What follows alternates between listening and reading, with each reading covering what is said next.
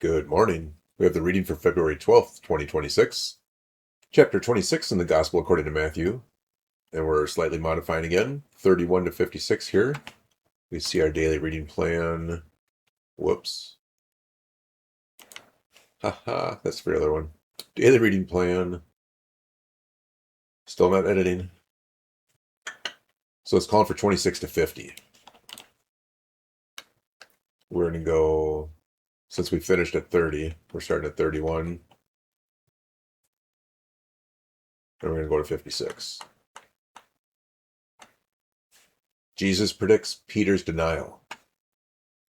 On the way, Jesus told them, "Tonight, all of you will desert me, for the scriptures say, God will strike the shepherd, and the sheep of the flock will be scattered. But after I have been raised from the dead, I will go ahead of you to Galilee and meet you there." But yeah, just hold on. After I've been raised from the dead, he just slips that right in the middle of the conversation here. Peter declared, "Even if everyone else deserts you, I will never desert you."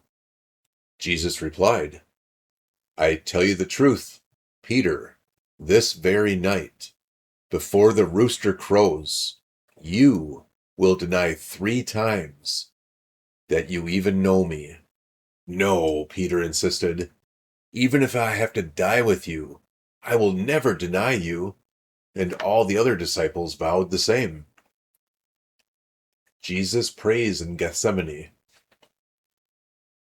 Then Jesus went with them to the olive grove called Gethsemane, and he said, "Sit here while I go over there to pray." He took Peter and Zebedee's 2 sons, James and John, and he became anguished and distressed.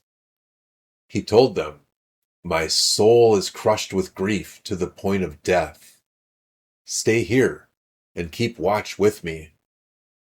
He went on a little farther and bowed with his face to the ground, praying, "My Father, if it is possible, let this cup of suffering be taken away from me.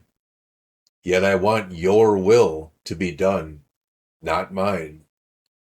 Then he returned to the disciples and found them asleep. He said to Peter, "Couldn't you watch me even 1 hour?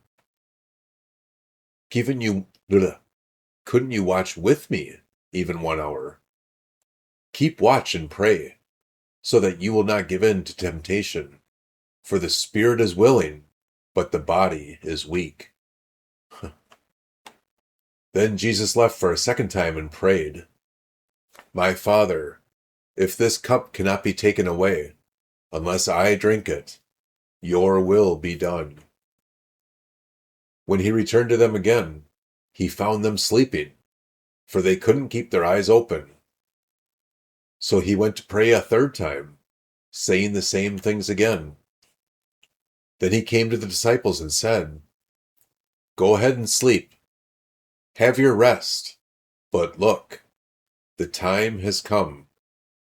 The Son of Man is betrayed into the hands of sinners.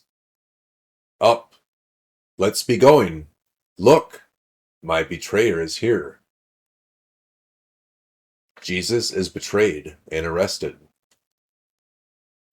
And even as Jesus said this, Judas, one of the 12 disciples, arrived with a crowd of men armed with swords and clubs. They had been sent by the leading priests and elders of the people. The traitor, Judas, had given them a prearranged signal. "You will know which one to arrest when I greet him with a kiss." So Judas came straight to Jesus. "Greetings, Rabbi," he exclaimed, and gave him a kiss. Jesus said, "My friend, go ahead and do what you have come for." Then the others grabbed Jesus and arrested him.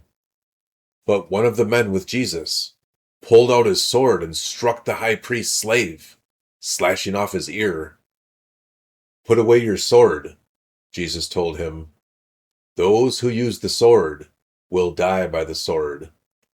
Don't you realize that I could ask my Father for thousands of angels to protect us, and he would send them instantly.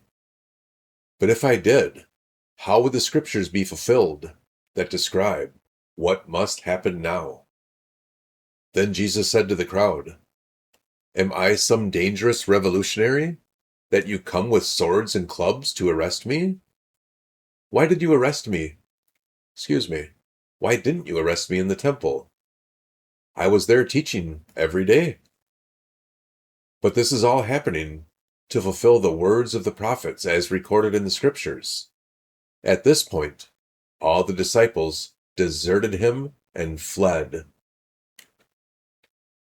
And that wraps up this session's reading. Have an amazing day. God bless.